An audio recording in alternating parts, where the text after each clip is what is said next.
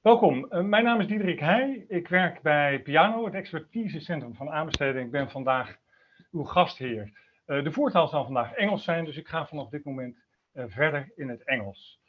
Good morning, welcome. My name is Diederik Heij. I'm working at Piano. Piano is the Center of Expertise in Public Tendering in the Netherlands. It is my privilege to present the Are You Buying the Future session with Professor Dr. Louise Knight. If you have any questions during this masterclass, you can enter them in the chat. At the end of the presentation, which will be in about 45 to 50 minutes, there's about 10 minutes time to ask questions to the professor. And we will do this just by turning on your camera and your microphone, and you can address the professor yourself. For now, I ask you to mute your microphone so we don't have any sound disturbance. This masterclass is a lead up to the afternoon seminar, Diversity Drives Innovation of Commando Material and IT, COMIT, that will take place on July the 6th in the Kromhoutkazerne in Utrecht. There we welcome, amongst others, Jan Marco Silvius. He's head of procurement IT and one of the initiators of the seminar, Professor Charles Wessner, Professor Dr. Frido Smulders, who will also give a masterclass, an online masterclass on June 26th. And also attending on July the 6th is today's guest, Professor Louise Knight. Mrs. Knight is Professor of Public Sector and Healthcare Procurement at the Faculty of Behavioral Management and Social Sciences at the University of Twente in Enschede. On March 23rd of this year, Professor Knight gave her inaugural lecture, Future Procurement. We need to talk about markets. For those who were not able to join, a hyperlink to the inaugural speech is shared in the chat of this session. It is well advised. Professor Knight, her teaching and advisory activities are focused on procurement and supply management, with a particular interest in how organization in the public and healthcare sectors can work effectively with commercial companies to deliver better services together to the communities they serve.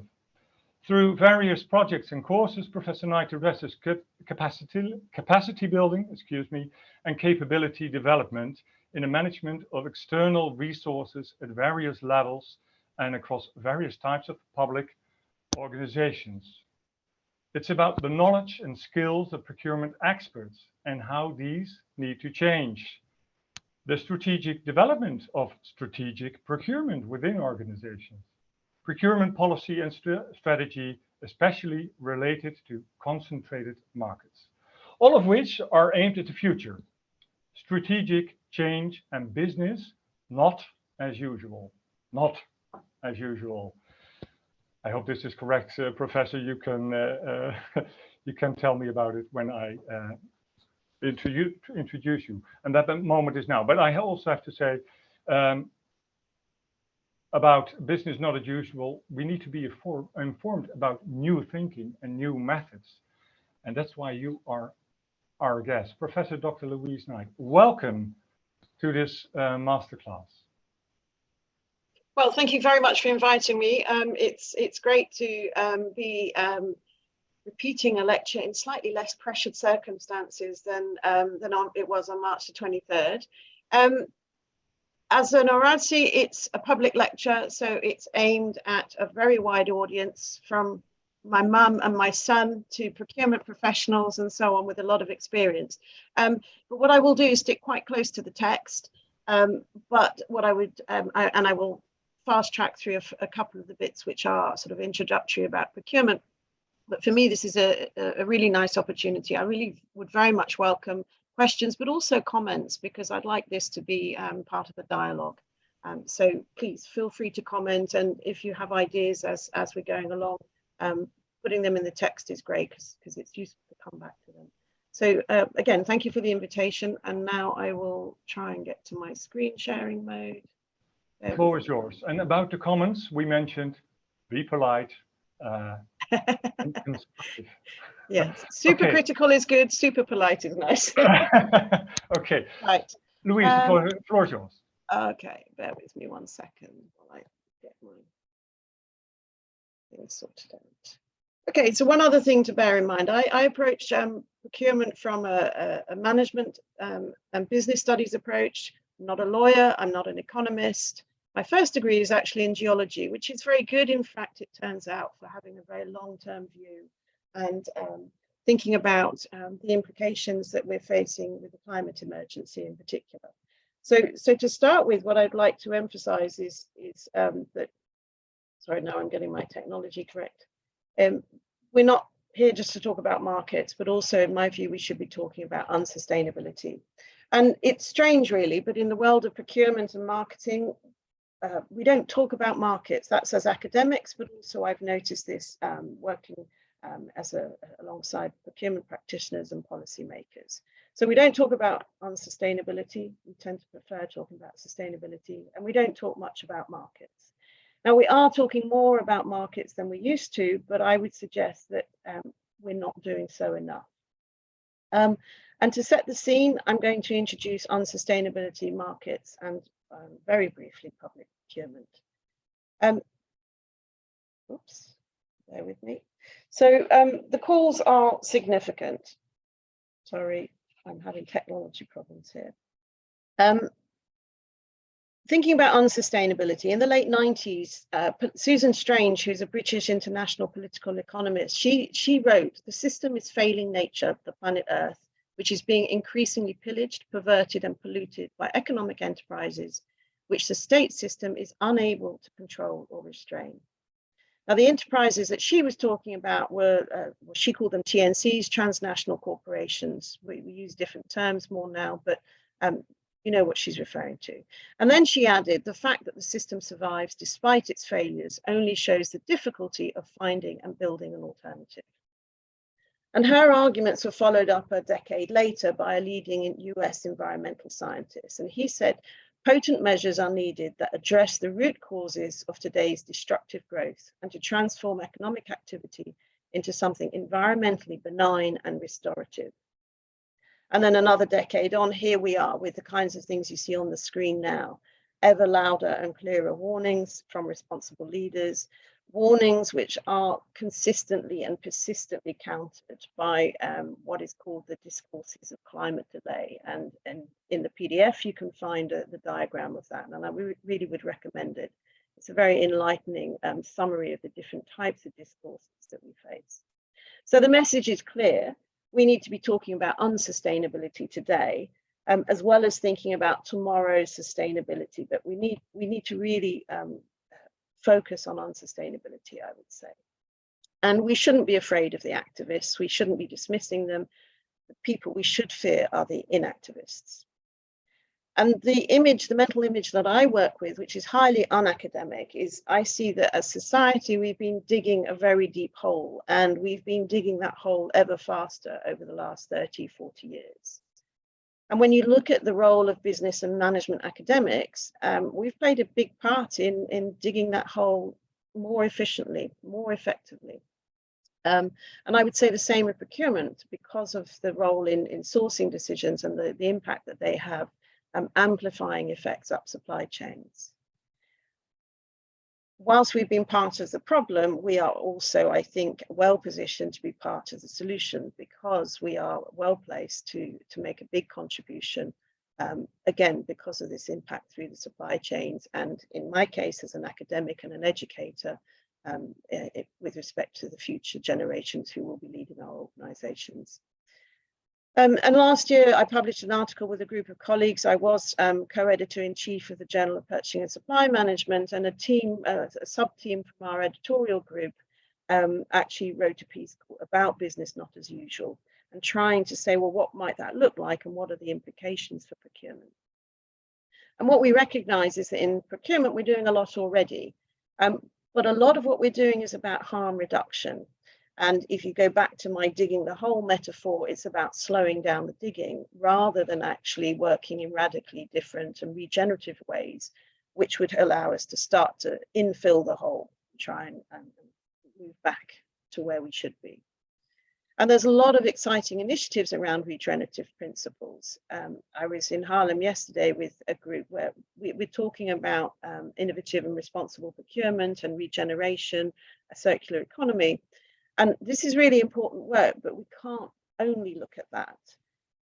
Because if we do, that would be like looking at the dynamics of a business sector just by looking at the small sort of high profile startup firms, and not looking at the large incumbent firms that are the dominant part of that sector.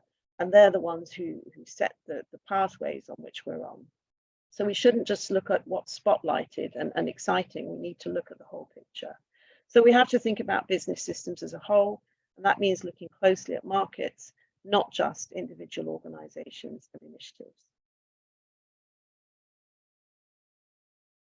So I use the term markets in several ways, and it's worth clarifying. So, we talk about free markets, and that's referring to the assumption that market forces will deliver greater efficiencies, and all the government needs to do is stay out of the way until there's a market failure, and then something needs to be done by government. The second way it's talked about is, as an economist would, looking at both the buy side and the supplier side. And it's important to recognize, as you all well know in this group, that in business to business markets, we're talking very often relatively few buyers and relatively few vendors. In which case, obviously, it's very important not to see market forces as disembodied, but to recognize that specific actors have specific influences at particular moments in time. And then the third sense in which I use it is thinking about our supply bases, so factor markets, as the economists would call them. And of course, what we want as from the buying side is a healthy factor market with enough suppliers that are competing effectively and consistently, deliver reliably high quality products, and the costs are fair, profits are fair, and they're innovative. And one wants barriers to entry and exit from the supplier side and the buyer switching cost to be low enough that one maintains diversity and there's a dynamism without having chaos in the market and too much change. And the issues that I'm talking about are very much informed by US and UK settings. And you might think, well, what's the relevance then to the Netherlands and the European Union? And I think issues are very often sort of more extreme. They're playing out in more complex ways and more detrimental to the economy in the US and the UK. But of course, these are global companies. So what applies in the US will also have an influence on many sectors that we're interested in here. So we're looking at global companies and their planetary impact. Now, next in the lecture, I introduce public and healthcare procurement, and I recognize that, that now I'm speaking to a professional audience, but the points I wanted to emphasize in this public lecture was that we are talking about buying everything from basic products to highly complex products and services and infrastructure projects, that there's a lot involved in the role beyond the contracting, and that the maturity varies enormously from one type of organization to another. And as well as looking at costs and quality and so on, of course, now especially as highlighted through the COVID pandemic and the war in Ukraine, security of supply being very much up the agenda. And that the key role that we have in leveraging public spend to promote innovation and deliver environmental, social, and economic benefits. And then I was also interested in highlighting just the sheer scale of public procurement. Again, familiar figures to yourselves, and especially the Netherlands being in right out ahead of all the other nations in the OECD. But again, in a public sector and in a public lecture, many people would not be familiar with some of these figures that you see on the slide. The other thing to note, of course, is that these figures are impressive, but also to put it in context. And as you know, I have an interest in public sector and healthcare. I was digging around in some figures, and Pfizer has prescription sales of $72 billion US. Well, the Netherlands spends on health and social care. I see completely different figures in different places, but this source from Statista is 125 billion euros. So Pfizer is a very, very substantial organization vis-a-vis the Dutch health spend. I would be interested to know whether your views, that my criticism or my comment that we don't talk enough about markets is whether you agree with that, because I get that if we do good category management, we're looking at markets. Public procurement of innovation is about trying to promote new markets and competition in markets. My argument is that's not really sufficient.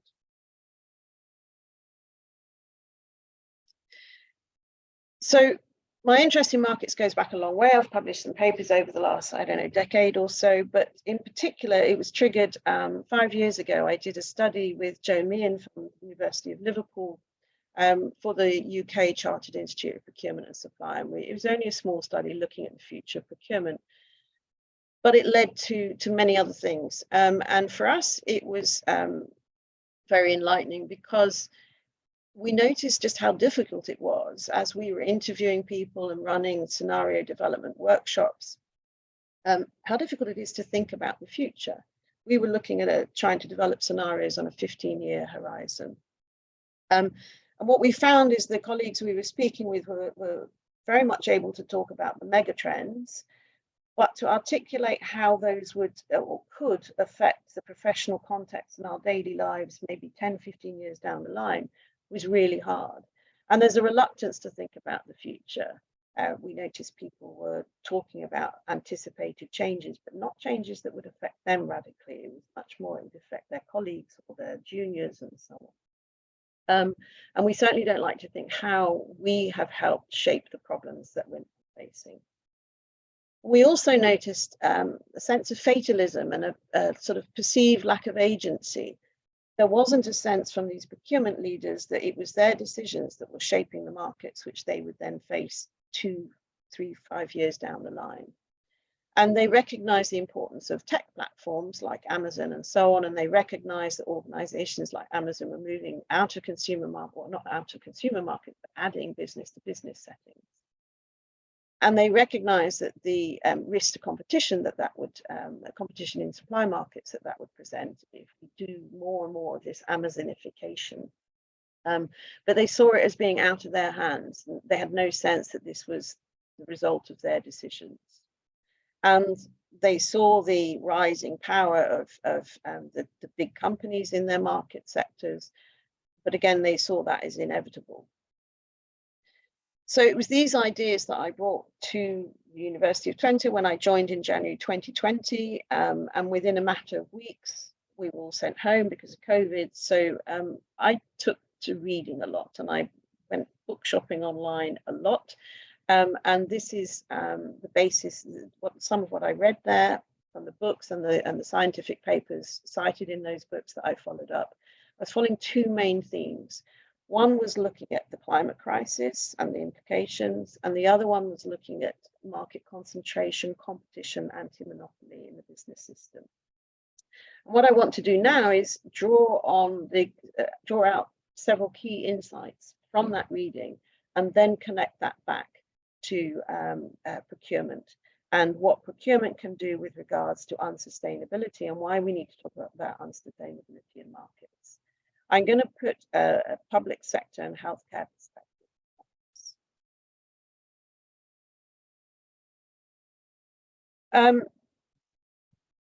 So first of all, challenging economic orthodoxies.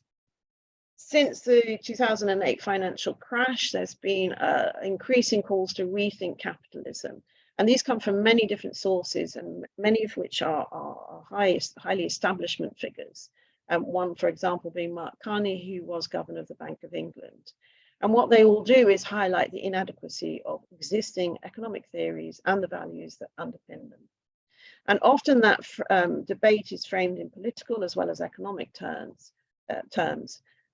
with the turn to capitalism as it's now in its current unsustainable form attributed to the Reagan-Thatcher era.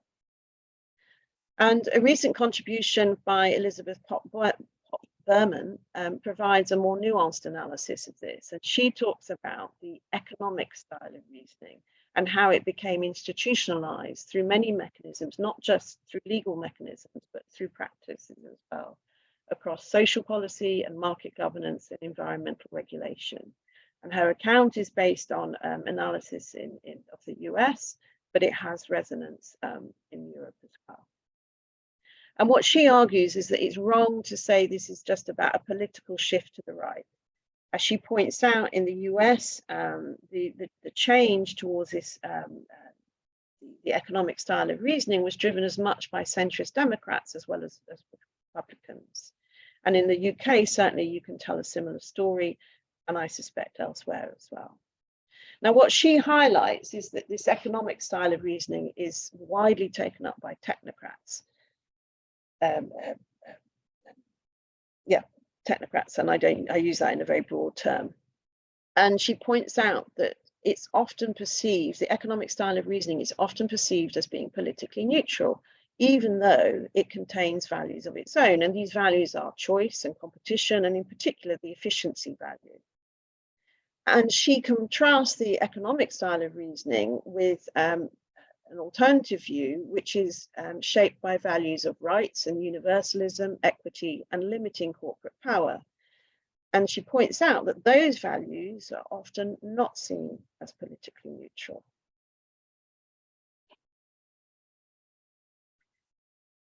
Second, the responsibility of business for creating the climate emergency. As consumers, we hear so much about what actions we can take to be greener and more socially responsible. And this good citizen thinking, as I call it, is a starting point for much of what we have done in the world of procurement for the early actions of greening business. But we have to bear in mind that this suits businesses all too well if it's for us to consider that individuals for taking actions to address climate change. If you sit back and say, well, businesses will change when consumers' demand changes, and they can just wait on the consumers. What we hear less about, and yet what was already being discussed back in the 90s, is that business, and specifically big business, bears huge responsibility for the current situation. Organizations have served as the engine of carbon emissions and the accelerator of climate change. So we do need companies to act. Every company must act, but we also need to recognize and act upon the system failure that this represents.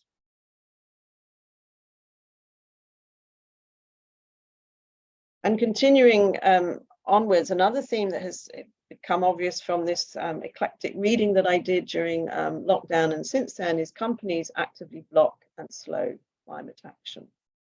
So if we look at ExxonMobil, they've been back in the media recently, and it turns out that the carbon emissions and temperature forecasts that their company scientists made back in the 70s were highly accurate, as you can see from the figure on the left. Exxon leaders, with that information, they could have led the way to averting the climate crisis. They could have really made this curve that you see on the right, instead of this precipitous cliff that we're facing. If we can even do that, and I don't believe we will, but it could have actually been such a shallow curve. But they chose not to act on that knowledge. They chose to hide it and actively deny climate change using tactics that were devised for the tobacco industry. And they're also tactics that are reflected across many other sectors today. Perhaps not as extreme as ExxonMobil, but they are there. The other important area, and I heard this mentioned in a talk just yesterday by someone who is very well connected across the Dutch sector and major companies, and he mentioned lobbyists. So talking green while lobbying brown. It's not just the oil industry. One might think that the problems are limited to certain industries, but they're not. And figures, for example, as we see in this image here, demonstrate that there's more and more recognition of the power of lobbying and the disproportionate voice given to dominant incumbent firms in markets. So there are many firms that are taking positive environmental measures, but they are often members of industry associations which are pulling in the opposite direction. And if you look at this influence map, this infographic from Influence Map, the companies are the solid colored dots, and the colors represent different sectors. The empty circles represent the industry associations, and you will note that most of them are up in this quarter. So, well, there's 6 or whatever it is. So most of them are misaligned with the Paris Agreement. And of course, as industry associations, as you would expect, they are also highly strategically engaged. So the lobbyists are mostly misaligned and mostly influencing change against the Paris Agreement.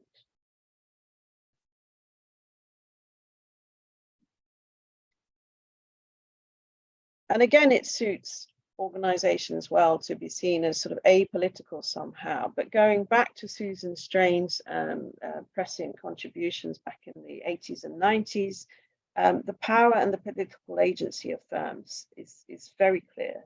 Transnational corporations are not just economically powerful, they are political actors in their own right. And Philippon, who wrote about market concentration quite recently, he explains about US firms, and to quote him, on average, the top 4 firms in each sector control 15% of the revenues in their industries, but they account for 35% of the campaign finance contributions and 45% of lobbying expenditures, which means that large firms, again in the US, play an even more outsized role in the political system than they do in the economy itself. And of course, these are global firms, so what they're doing in the US is relevant to us. And Colin Crouch, a British author, points out that lobbying is a term whose origins imply you wait outside in the anteroom, you wait outside the decision-making chamber, you're in the anteroom where you plead your cause with those making the decisions, but you don't actually have access to the chamber itself. And to quote him, however, the representatives of today's TNCs, transnational corporations, are not in the lobby outside the real decision-making space of government at all. They are right inside the room of political decision-making. They set standards, establish private regulatory systems, act as consultants to government, and even have staff seconded to ministers' offices. So firms are much better represented than civil society. And this does not just concern the high-profile, publicly listed multinationals. If we look, for example, at food companies, 70% of global wheat supply is controlled by, goes through 4 companies. And you can read about these sorts of issues in this book, The World for Sale. The Economist says it's an entertaining story about how a few commodity trading firms quietly reconfigured the world economy, making fortunes, juggling embargoes, and swaying geopolitics. It is a riveting read, but I wouldn't call it entertaining. I'd call it depressing itself. So that goes back to the Frans Timmermans comments. If you're worried, if you believe Frans Timmermans had a point, then you should read it.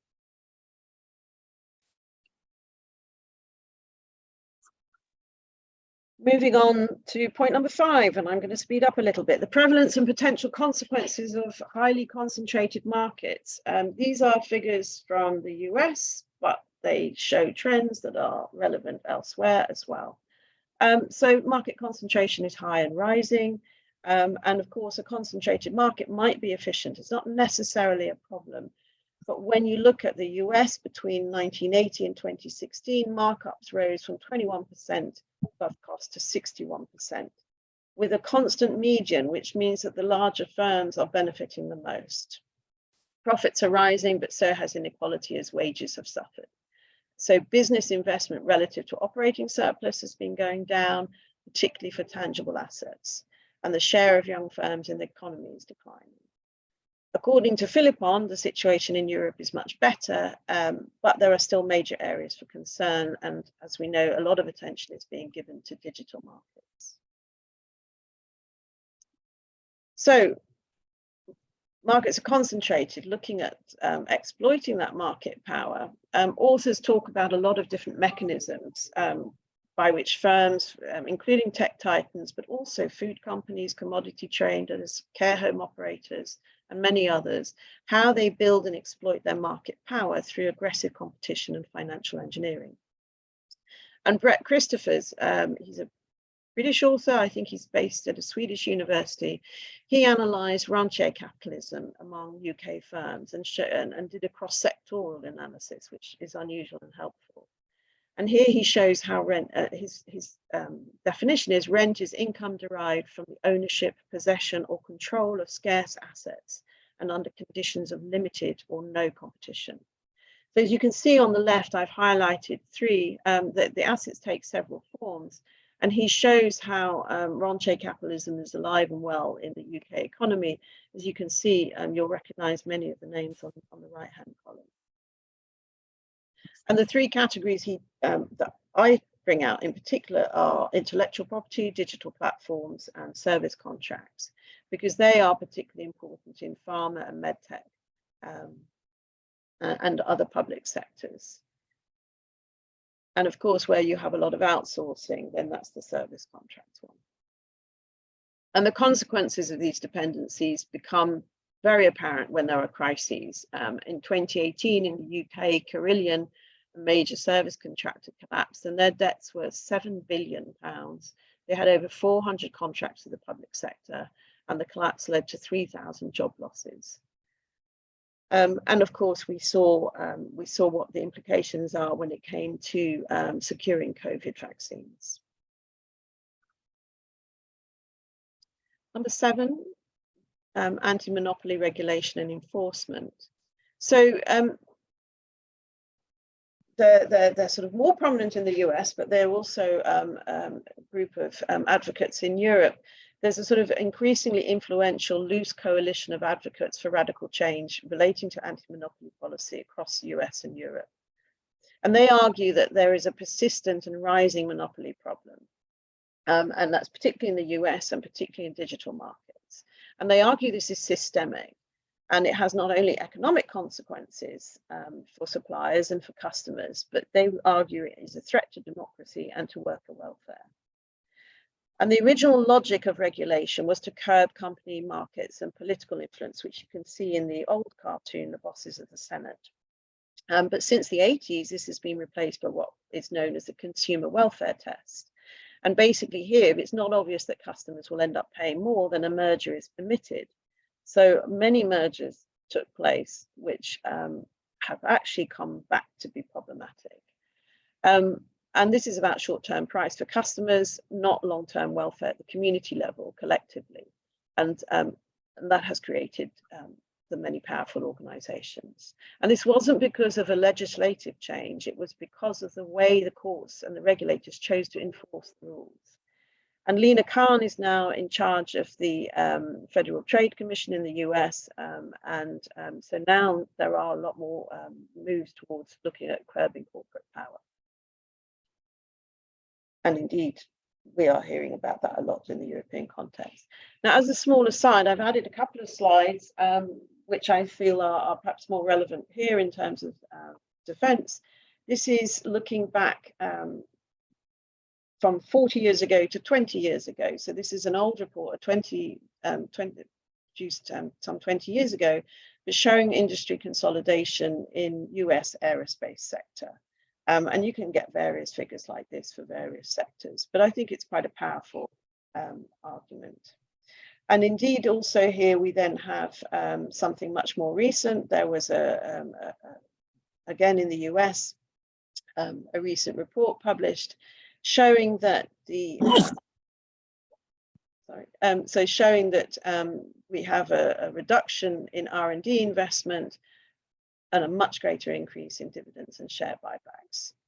So from the buyer's point of view, things moving in directions that one would not particularly want to see.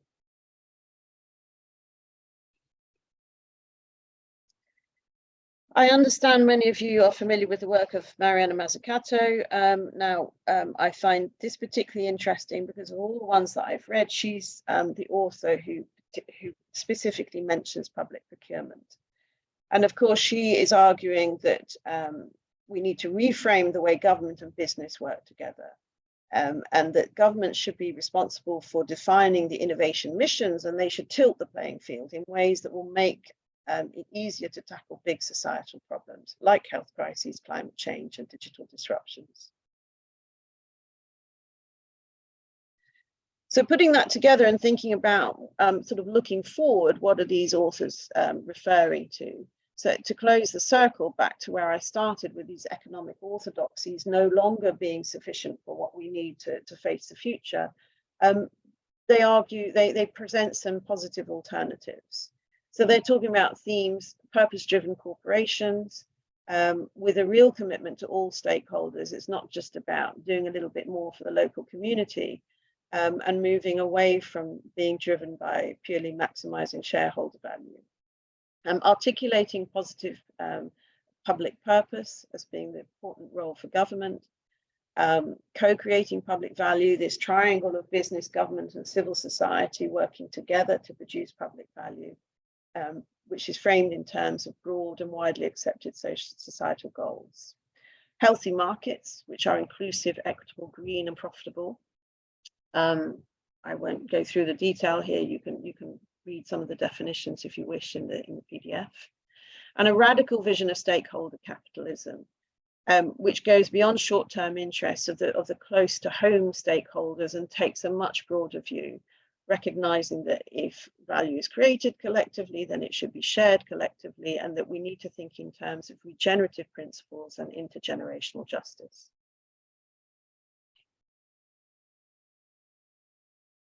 So it's a complex picture, 9 different points. It's a big picture of the business context. So then the question is, what does it mean for us in the world of procurement? And it's a messy picture. One could pick out different themes. But my conclusion is that all too often, the very processes and tactics that are meant to be positive manifestations that we have traditionally thought of as positive manifestations of competition are actually delivering less dynamic markets, outcomes that are detrimental to everybody except for shareholders, and even with shareholders, it's only their short-term interests, not their longer-term interests, and that are unsustainable ecologically and in societal terms. And although firms are showing a greater sense of urgency and willingness to invest in transitions, there's a heck of a long way to go. We are still digging the hole. We're talking differently, but overall, we're not making the rate of change and the depth of change that we need. And I would summarize the key points as being as follows. So it's helped me become aware of just how deeply embedded these choice, competition and efficiency values are, and how challenging it will be to think differently. How much the sustainability transition depends on fundamental change, not just by firms, but thinking about the business system. That it's not just about companies behaving more responsibly because they choose to make changes. Government and civil society has to do a much better job of holding business to account. In this situation, the way things have developed, corporate power is not benign. And looking also at the importance of government and society co-creating public value with the private sector. It's easy to say, difficult to do, but it's certainly an important message. And then finally, we're used to talking about the role of purchasing and its potential impact, but still others are seeing the role of government as being an investor and a regulator. They are not really paying attention. Mariana Mazzucati talks about it, but the others that I have read, they're not talking about public procurement. They're not recognizing the influence of procurement or government as a purchaser. So we do need to look at markets, and this is where procurement comes in, as I'm going to explain.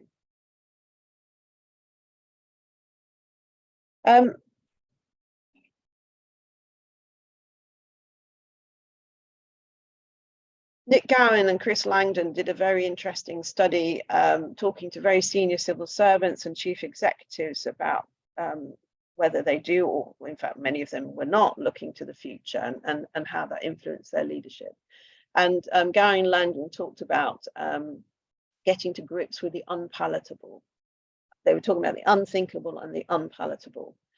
And so here's a few suggestions. Now, sometimes they might be framed rather provocatively, but I would be really interested to know what you think of them. And I'm going to try and make sure that the connection to procurement and the market view and unsustainability is clear. And I will talk probably more about healthcare than other sectors. The issues that we see in healthcare, I believe, are also occur elsewhere, but often they're kind of highlighted. The biggest firms are bigger, they have bigger margins and so on than in many other sectors. So things become more evident that they are widely found. Looking at profit margins, we've had a lot of attention on excessive profits in recent times around vaccines and energy. I just saw an infographic just yesterday about the oil sector and how they have the bonanza that they have had in the last year in terms of profits. And looking at pharmaceutical companies, their earnings as a fraction of revenue is almost twice that of other major companies. Medtech firms have profit margins of 20 to 30%, and they are charging vastly different prices for precisely the same product just across the boundary, say, between Belgium and Germany. And yet generally we don't talk that much about profit levels and the distribution of value across supply chains, nor whether they're acceptable in the long run. So in the healthcare sector, we see this inexorable rise in spending, which is also to do with more volume, not just higher costs for the same treatment. But when you look to the figure on the left, we also see the plunging impacts for wages and salaries. So that is increasing demand as inequalities rise and healthcare demand rises as a consequence of that. There's something amiss which we don't talk about. We do, however, hear quite a lot about how we must protect companies' margins, because if they don't get healthy margins, then they're not incentivized to innovate. So it seems to me the conversation is not balanced. And of course, profits are only realized when contracts are agreed and delivered, but at that point, it's too late to address these deep systemic issues. So we can't address them at a contract by contract level. This is a wider conversation and a longer term view. And if experienced professionals in our setting of procurement could pool their expertise to identify approaches to addressing market barriers to entry and barriers to switching, and create appropriate and aligned incentives, there is a lot that can be done there. And whilst regulators and competition authorities would be involved in such a process, it's not a regulator-driven process. It could be a procurement led by procurement. Looking at market practices, we saw all sorts of things going on with personal protective equipment during the depths of the pandemic, and we are now talking about chips and vaccines and energy. Governments step in at times of crisis, aiming to use their influence, their political influence and the economies of scale to cope with chaotic markets. Excessive prices and the lack of security of supply motivate these reactive interventions. And during COVID, especially corruption and incompetence on the buying side and healthcare procurement got a lot of attention, and indeed corruption and incompetence on the side of suppliers also got attention. And there's a lot of advice, the OECD, for example, talking about how to recognize and address anti-competitive practices. But I don't think we talk about those practices very much in our field. And I certainly don't see them as an editor of the journal. My colleagues are not researching anti-competitive practices. They tend to look at what is done well and the best practices, not how we deal with unacceptable practices. And there's a list here with just a few of them. So non-disclosure agreements are widespread in the health sector. How convenient is that for suppliers? Buying up and then closing down market entrants that have some market disrupting innovation, making customers buy system upgrades when the system's still working well, and insisting on expensive training for everybody. We've seen a lot of talk about prices going up because everyone's under inflationary pressure, but we've also seen massive rises in profits recently.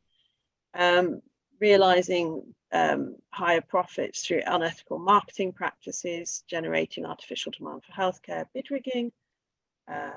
We see things going on in health, which is putting wealth ahead of health and care quality.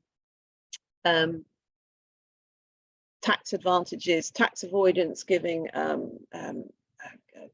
competitive advantage, and some very complex ownership arrangements. This is particularly important in sectors like the outsourced services and care services and so on. And management strategies and practices which actually jeopardize the service in the long run. In the UK, with a lot of the outsourcing issues that have arisen. These are all very important. So here, collective action to identify and quantify and counter such strategies is very much, I would see it as a procurement activity. And this is not replacing regulation, but it's complementing it. And the idea would be to understand these things better in order to foster genuine competition.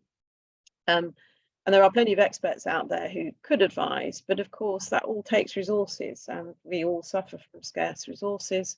So how would we find the time for those? The other area that is worth sort of understanding better, we talk a lot about collaboration, but as we saw during COVID, rivalry between buyers was really important. We did some research where one of the comments that came from several of the interviewees was they just never considered that the international borders would be closed down. That wasn't on one of the risks that they had accounted for. So they provided us plenty of evidence about rivalry and less than ethical behaviour between states and between care providers. So we need to look at working harder on cooperating effectively, but I think we also need to understand what drives rivalry and how it might be better managed. How can buyers collectively reduce the tendency towards rivalry and promote cooperation to make the most of scarce resources? And indeed then to build together to increase market capacity where it's necessary. Those interventions are about shaping the market for a healthy market. And those are the two things I want to address now.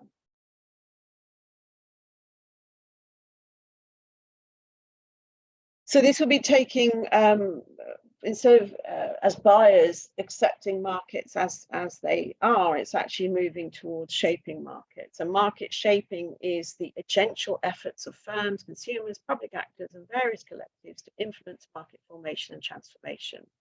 And there's a lot of, it's fragmented across different disciplines within business and management and economics and so on. There's a growing body of research about market shaping, often framed in terms of innovation or marketing rather than procurement. And in the health and public sectors, we have different examples of vaccine availability for low-income countries. In the UK, Preston City Council did market shaping to from a local economics regeneration perspective. And also in the UK, central government talks about there's some guidance around market management for outsourced service suppliers. And all of these are looking to promote healthier markets and to deliver better on economic, political and social goals. They tend not to talk about profit and what constitutes fair profit, but to my direction of what Mazzucato recommends when she talks about co-creation and moving from being passive market takers to being market co-creators. Louise, yes. You have 5 more minutes. Thank you. And I'm just looking at the text here. A line of work developing this market co-creation, and I think we can call it market stewardship. And this would be public buyers, public sector buyers working together. And of course, I recognize this might sound anti-competitive, but I am talking about doing this in legitimate ways to shape markets over time. And this is an area of work which we can learn a lot from. Eleanor Ostrom has led work around this in other sectors, but we could bring this into the public procurement domain. There's more detail in the written text. So in taking up these ideas from Eleanor Ostrom's work in other sectors, what I'm saying is factor markets, and this is the pool of suppliers, you could see these as a commons, as a pool of resources which, if buyers act in their own short-term economic interests, they are going to degrade that resource. If we all try and get the best price, we end up degrading the resource because the market is, let's say, masks move to China. If, however, we look at those resources and use those resources in ways that are more sustainable and which help create a more healthy market, then as buyers, we will all benefit, and indeed the supply base will also benefit in the medium to long term. So this isn't about presuming suppliers are passive in the system, but that they are, that the buyers are no longer passive market takers, and that they are actively shaping for the long-term health of the market. And just briefly looking at what this means for future research, we need to do a lot of reframing.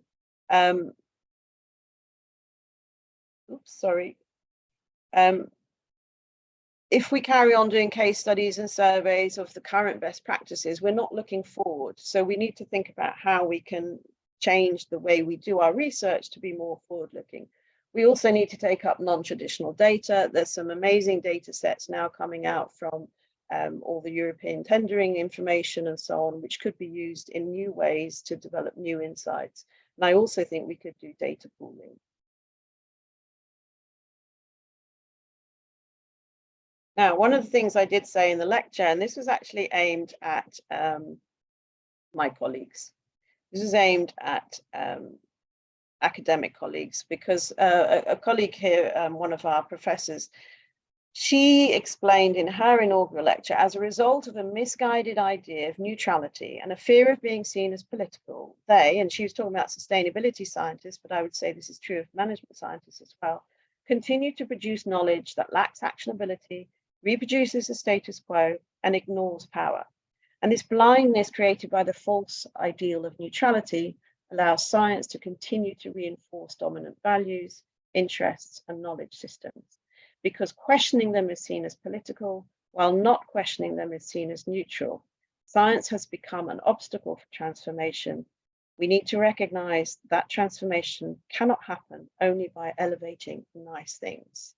So she's arguing that we as scientists need to become a lot more forthright, and we have a misguided notion of neutrality.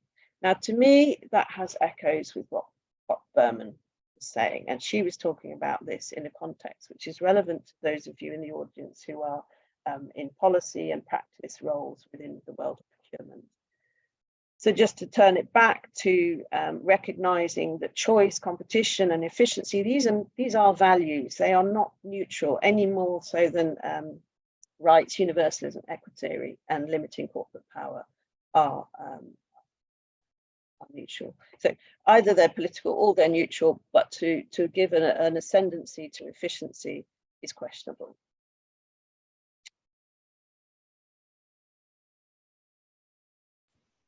So I will be over the, for my chair and with working with my colleagues here, we will be doing research around markets as commons.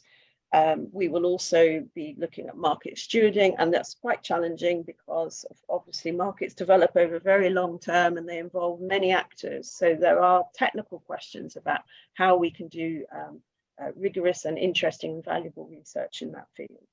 We are looking at rivalry, resilience, and reliability. This is arising from the work that's been started in COVID, but is much more widely relevant. It's not just for times of crises, and it's not just for healthcare. And we are working also on innovative and responsible public procurement in cities and healthcare. And indeed, a lot of that is linked back to business not as usual. And the context in which I'm doing that, if I can give a very brief plug for Ellipse, which we launched also on March the 23rd, which I co-direct with Holger Schiele and Lane Chavolka.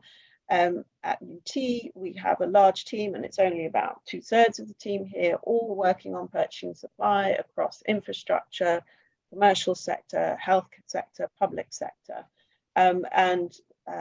We are based on a well-established team that's been here for a long time, but we are now taking it to the next level with this by launching the European Lab for Innovative Purchasing Supply. So we very much welcome wider discussions. We are very interested in doing high impact research, but also developing research methods so that we can work better on this business not as usual and looking to the future. New action is driven by new understanding, and that depends on surfacing and addressing long-held assumptions. Our dean at the New Year meeting, she talked about making the unspoken spoken. And what I would like to do is get us talking more about unsustainability and about markets. And it's motivated by two questions. What could or should business not as usual look like? And how can procurement play its part in the necessary transition? And I named this, we need to talk about markets. If you've read Lionel Shriver's work, she wrote a book called We Need to Talk About Kevin. And there it was too late for the protagonist to talk, but hopefully we are not too late. So thank you very much. I can tell that the link to this presentation will be in the newsletter of the Ministry of Defense tomorrow. So I'll ask all the attendants to tell it to their colleagues. Thank you very much. I'll round up in Dutch. Dames en heren, dit was de masterclass van professor Louise Knight. Ik wil u nog op 2 bijeenkomsten wijzen. Er is nog een volgende masterclass, die is op 26 juni. Die wordt gegeven door professor Frido Smulders. Dat zal dezelfde tijd zijn, 10:30 tot 11:30. En ongetwijfeld ook weer via een Zoom-sessie. Het is in ieder geval een online bijeenkomst. Deze masterclass van Louise Knight en de masterclass van Frido Smulders is eigenlijk een opmaat voor het congres Diversity Drives Innovation van het Commando Materieel en IT, COMIT, wat op 6 juli zal plaatsvinden in de Kromhout-kazerne. En gastheer en gastvrouw daar zijn Jan Marco Silvius en Roos Wijman van het ministerie van Defensie. In de vooraankondiging benoemde ik alleen Jan Marco Silvius, maar ook Roos Wijman. Zij is hoofdinkoop bij het ministerie van Defensie, zal daar als gastvrouw optreden. We hopen u dan te zien en anders ook graag op 26 juni bij de masterclass van Frido Smulders. Again, Professor Louise Knight, thank you very much for